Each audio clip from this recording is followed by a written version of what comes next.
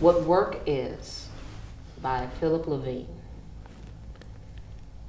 We stand in the rain in a long line waiting at Ford Highland Park for work.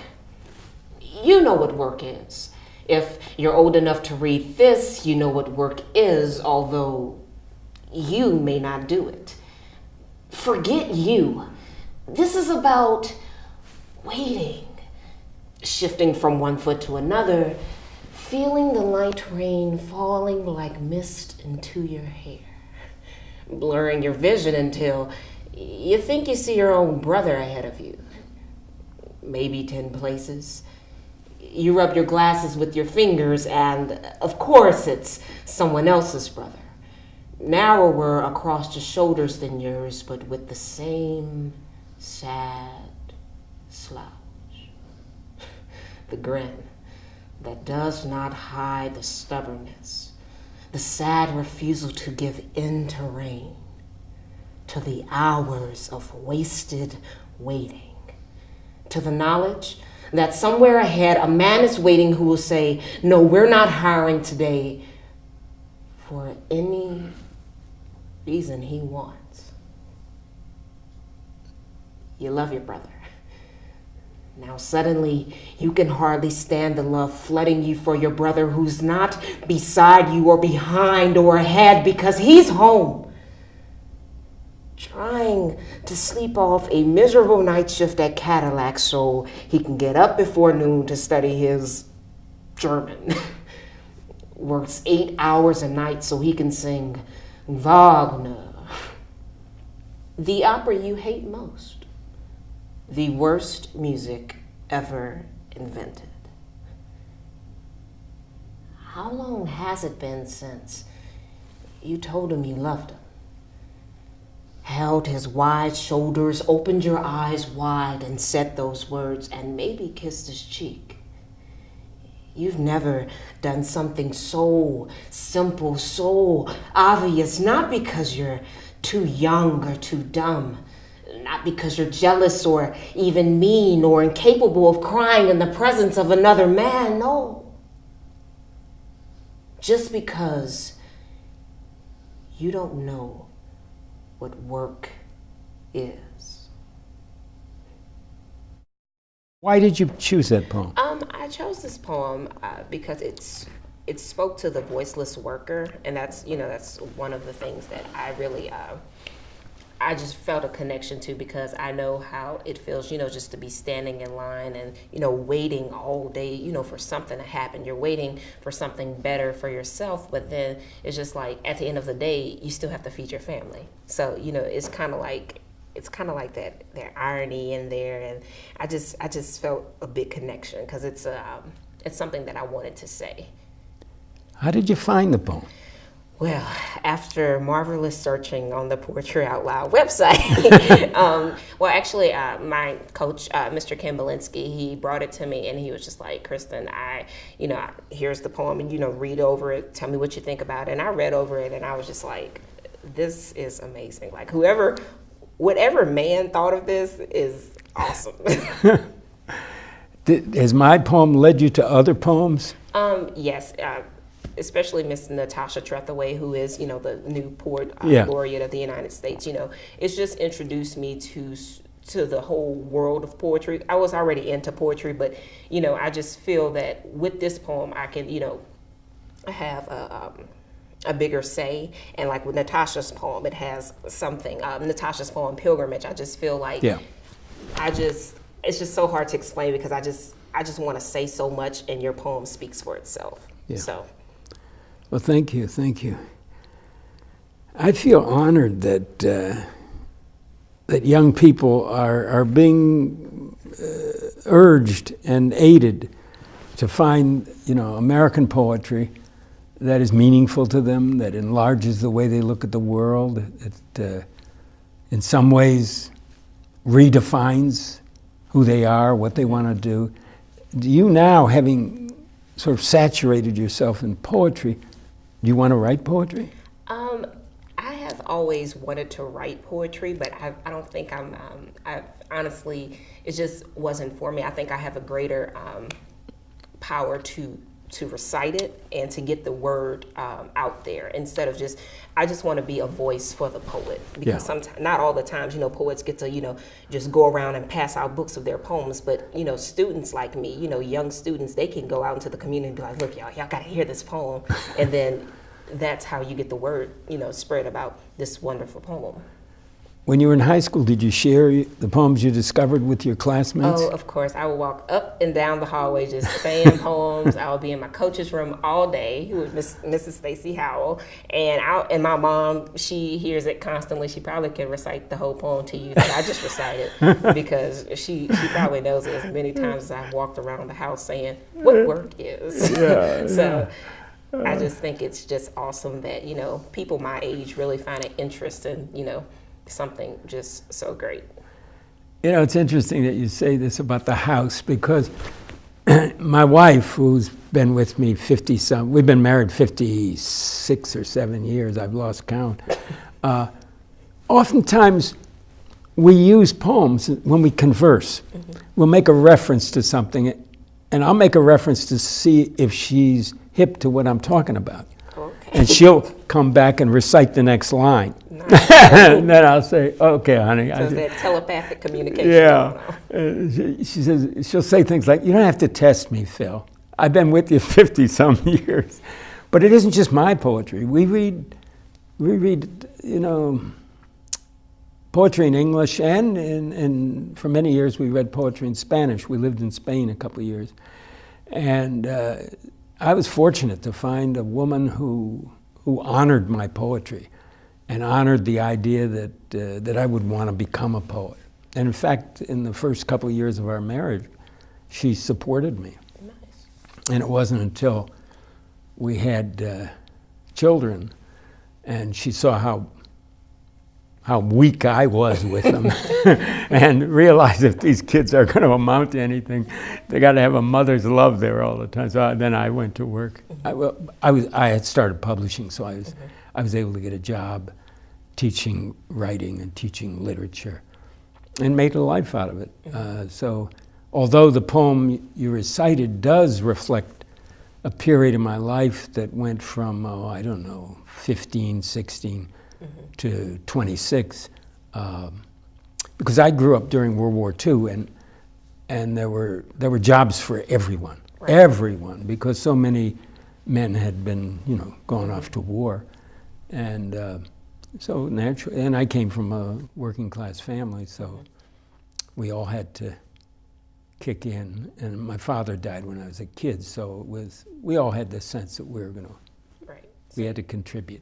Right. So I've read, I've done my little research on you, and I've read that, you're from Detroit, correct? Yes. You're from Detroit, and your father worked in automobile industry, correct? Yeah. Okay. So does that channel into what work is, the reason behind writing that particular poem? Actually, very few of my poems are that autobiographical, but that one is. I did have the experience of going to get a job at Ford Highland Park. And I never forgot it because of the insult I felt that was being delivered to all of us. The paper said, that the employment office opened at 8 in the morning. And I got there. There were 20 or 30 guys ahead of me, because I got there just about at 8. And we stood there and stood there and stood there, and it didn't open till 10. And after I'd invested an hour and knew I had, what am I going to do? Throw the hour away? I need a job. And I thought about it though, and I thought, this isn't an accident. Right. They want people who are willing to stand in the rain for 2 hours to get a job. You're passing the surf test. You're a serf. Right. You're a born serf. We want you. And by the time I got in there, I was so angry. And you walked in and there were 4 desks. And you stood and a man sat behind one of these, you know, and there were that many of us. And you were called, you know, guy signaled, and you went over there. And he's down here in the seat of authority, and you're standing here, you don't know what to do with your hands. Right. And you know, water's dripping off you. We didn't have umbrellas because that was sissy stuff. Right. Totally understand. Yeah, I was probably about 22. And when I got up there, I was just, and he asked me, what sort of position were you looking for? Using that kind of language, you know. And I said, actually, I want a job like yours.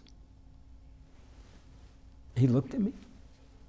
He said, are you serious? I said, yeah, I'd like to be able to sit behind a desk and have people come in and say sir to me and be nice to me. And that seems like and you know, you probably take a 2-hour break for lunch. You don't care how people wait, you know. I mean, I didn't get the job, obviously. By this time, I didn't want it. Right.